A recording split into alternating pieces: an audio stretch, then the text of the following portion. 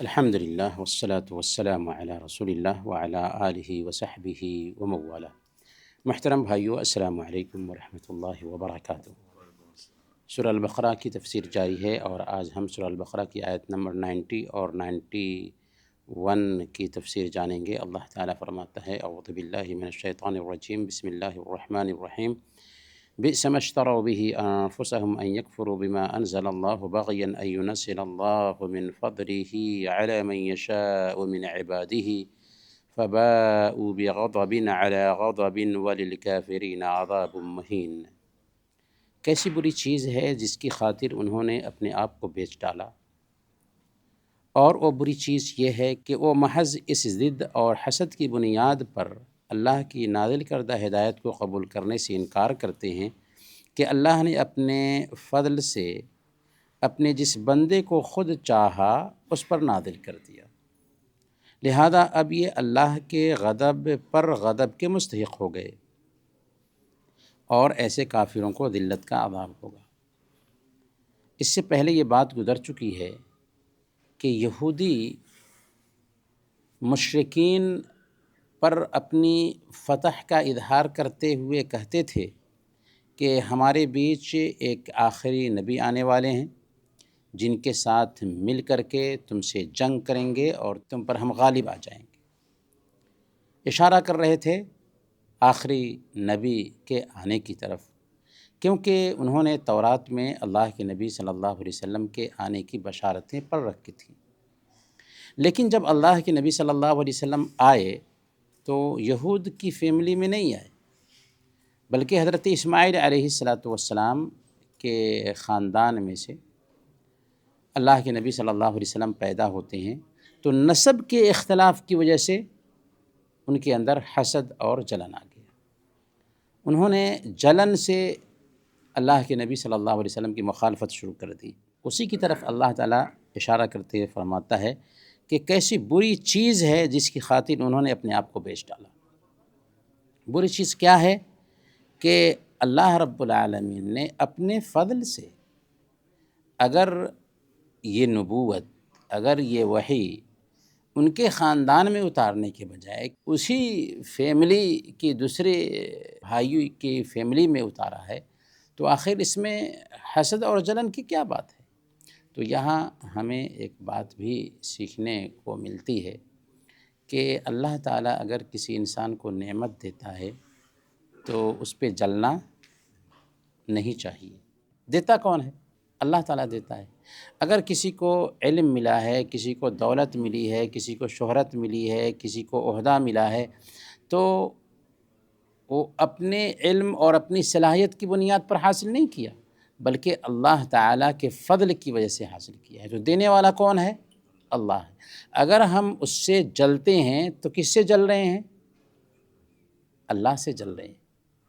قسمت کیا ہر شخص کو قسام ازل نے، جو شخص بھی جس چیز کے قابل نظر آئے۔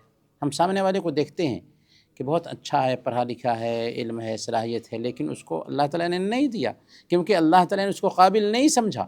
لیکن اسی کے سامنے میں ایک دوسرا آدمی ہے، اس سے کم صلاحیت کا مالک ہے، لیکن اللہ تعالیٰ نے اس کو دیا ہے، کیونکہ اللہ تعالیٰ نے اس کو اس قابل سمجھا ہے۔ تو اللہ تعالیٰ جس کو جس قابل سمجھتا ہے، ہماری سمجھ کے بالکل الٹ اللہ تعالیٰ اس کو دیتا ہے۔ اور اللہ تعالیٰ جو دیتا ہے نا، تو دینے کی اس کی اپنی حکمت ہوتی ہے۔ اپنی حکمت کے تحت کسی کو دیتا ہے، کسی کو محروم کرتا ہے، دے کر کے بھی اللہ تعالیٰ آزماتا ہے، محروم کر کے بھی آزماتا ہے۔ تو اگر اللہ تعالیٰ نے کسی کو دیا ہے تو ہمیں جلنا نہیں چاہیے۔ تو یہودیوں نے صرف اس جلن کی وجہ سے کہ یہ نبوت ہمارے خاندان میں کیوں نہیں آئی، آخر بنو اسماعیل میں کیوں آ گئی، اللہ کے نبی صلی اللہ علیہ وسلم سے جلنا شروع کر دیا۔ تو اللہ تعالیٰ نے کیا فرمایا؟ فباءوا بغضب علی غضب، وہ اللہ کے غضب پر غضب کے مستحق ٹھہرے۔ غضب پر غضب کیسے اترا؟ آپ دیکھیں کہ ایک تو بچھڑے کی پوجا کی، اس کی وجہ سے اللہ کا غضب اترا۔ تورات میں انہوں نے چینجنگ کی، یہ اللہ کا غضب تھا۔ رسولوں کا قتل کیا، حضرت عیسیٰ علیہ السلام کا انکار کیا، اور اخیر میں آخری نبی محمد صلی اللہ علیہ وسلم جن کے حوالے سے وہ اس بات کا حوالہ دیتے تھے کہ جب یہ آخری نبی آئیں گے تو ان کے ساتھ مل کر کے تمہارے اوپر فتح پالیں گے، لیکن صرف خاندان کے بدلنے کی وجہ سے اللہ کے نبی صلی اللہ علیہ وسلم کا نہ صرف انکار کرتے ہیں بلکہ آپ کے خلاف ہو جاتے ہیں، تو اللہ تعالیٰ کے غضب پہ غضب اترا، یعنی اللہ تعالیٰ کا غضب پہ غضب ان کے اوپر اترا۔ اس لیے سورہ فاتحہ میں ہم کیا پڑھتے ہیں؟ المغضوب علیہم۔ المغضوب علیہم سے مراد کون ہے؟ کون ہیں؟ یہود ہیں۔ وللکافرین عذاب مہین، اور کافروں کے لیے ذلت والا عذاب ہے۔ تو یہاں پر ایک اور بات ہم سیکھتے ہیں کہ ہر عذاب ذلیل کرنے کے لیے نہیں ہوتا، لیکن کافروں پر جو عذاب آتا ہے وہ ان کی ذلت کے لیے ہوتا ہے۔ گویا کہ ایمان والوں پر اگر عذاب آتا ہے تو ان کی آزمائش کے لیے بھی ہوتا ہے۔ اللہ تعالیٰ کسی سبب سے کچھ بندے کو آزماتا ہے، اور اس آزمائش کے پیچھے مقصد یہ ہوتا ہے کہ اس کے درجے کو اللہ تعالیٰ بلند کرے۔ ہم کچھ اور سمجھ لیتے ہیں کہ یہ تو دیندار تھا، آخر اس کے اوپر آزمائش کیوں آئی ہے؟ نہیں، اللہ تعالیٰ اپنے نیک بندوں کا آزماتا ہے تو آزمانے کا مقصد الگ ہوتا ہے، اور اللہ تعالیٰ گناہگاروں پر، کافروں پر، مشرکوں پر جو عذاب بھیجتا ہے یہ ان کو ذلیل کرنے کے لیے ہوتا ہے، تاکہ وہ دنیا میں اس کا مزہ چکھیں، اور ایمان والوں کو اللہ تعالیٰ آزماتا ہے تو یہ وقتی آزمائش ہوتی ہے تاکہ ان کے درجہ کو بلند کرے۔ اللہ تعالیٰ نے آگے فرمایا وَإِذَا قِيلَ لَهُمْ آمِنُوا بِمَا أَنزَلَ اللَّهُ قَالُوا نُؤْمِنُ بِمَا أُنزِلَ عَلَيْنَا وَيَكْفُرُونَ بِمَا وَرَاءَهُ وَهُوَ الْحَقُّ مُصَدِّقًا لِمَا مَعَهُمْ قُلْ فَلِمَ تَقْتُلُونَ أَنبِيَاءَ اللَّهِ مِن قَبْلُ إِن كُنتُم مُؤْمِنِينَ۔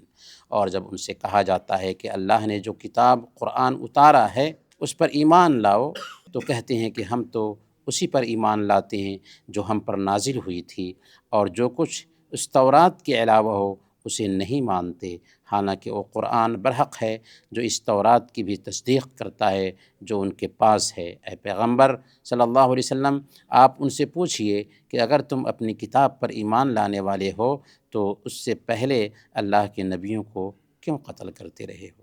یہاں پر ایک اور بات اللہ تعالیٰ نے فرمائی، ان کے دعوے کی تردید کیا کہ ان سے اللہ تعالیٰ کا جب حکم اترا ہے کتاب کی شکل میں، تورات کی شکل میں اور قرآن کی شکل میں، تو ان سے جب کہا جاتا ہے کہ ایمان لاؤ اللہ کی کتاب پر، تو وہ کیا کہتے ہیں؟ ہمارے پاس جو کتاب اتری ہے نا، یعنی تورات، اس پر ہم ایمان لاتے ہیں، اس کے علاوہ جو کتاب ہے اس پر ہم ایمان نہیں لائیں گے، حالانکہ اس کے علاوہ یعنی قرآن جو ہے یہ حق ہے، جو کتاب آخری کتاب ہے جس پر ایمان لائے بغیر نجات نہیں ملنے والی ہے، اور یہ کتاب ایسی ہے جو پچھلی کتاب کی تصدیق بھی کرتی ہے، حق بھی ہے اور پچھلی کتاب کی تصدیق بھی کرتی ہے۔ اب اگر تم یہ کہتے ہو کہ ہم تورات پر ایمان لائیں، تو تورات میں تو یہ حکم ہے کہ نبیوں کو نہیں قتل کرنا ہے، نبیوں کی تعظیم کرنی ہے، ان کی بات ماننا ہے، ان کی اطاعت کرنی ہے، ان کو قتل نہیں کرنا ہے، اور تم تو انبیاء کے قاتل ہو، تو تم کیسے تورات پر ایمان لانے والے ہو؟ تو انہوں نے جو یہ کہا تھا کہ ہم تو ایمان لانے والے ہیں، اللہ نے کہا قُلْ فَلِمَ تَقْتُلُونَ أَنبِيَاءَ اللَّهِ مِن قَبْلُ إِن كُنتُم مُؤْمِنِينَ۔ اگر تم واقعی ایمان لانے والے ہو اے یہودیو، تو بتاؤ کہ تم انبیاء کو قتل کیوں کرتے ہو؟ گویا کہ تم تورات پہ بھی ایمان لانے والے نہیں ٹھہرے۔ اسی لیے آج کے یہودی اگر اپنی نسبت حضرت موسیٰ علیہ السلام کی طرف کرتے ہیں تو کیا ہیں؟ جھوٹے ہیں۔ آج کے عیسائی اگر اپنی نسبت عیسیٰ علیہ السلام کی طرف کرتے ہیں تو کیا ہیں؟ جھوٹے ہیں، کیونکہ اصل دین عیسیٰ علیہ السلام کا، موسیٰ علیہ السلام کا کیا تھا؟ اسلام تھا، اور ہم عیسیٰ علیہ السلام کے ماننے والے ہیں، ہم موسیٰ علیہ السلام کے ماننے والے ہیں۔ مسلمانوں کے نبی عیسیٰ علیہ السلام بھی ہیں، موسیٰ علیہ السلام بھی ہیں، سارے انبیاء پر ایمان لانا مسلمانوں کے لیے ضروری ہے۔ تو اس ناحیہ سے وہ ہمارے نبی ہوئے، انہوں نے تو جھوٹا الزام ڈال کر کے ان کے نام سے مذہب بنایا۔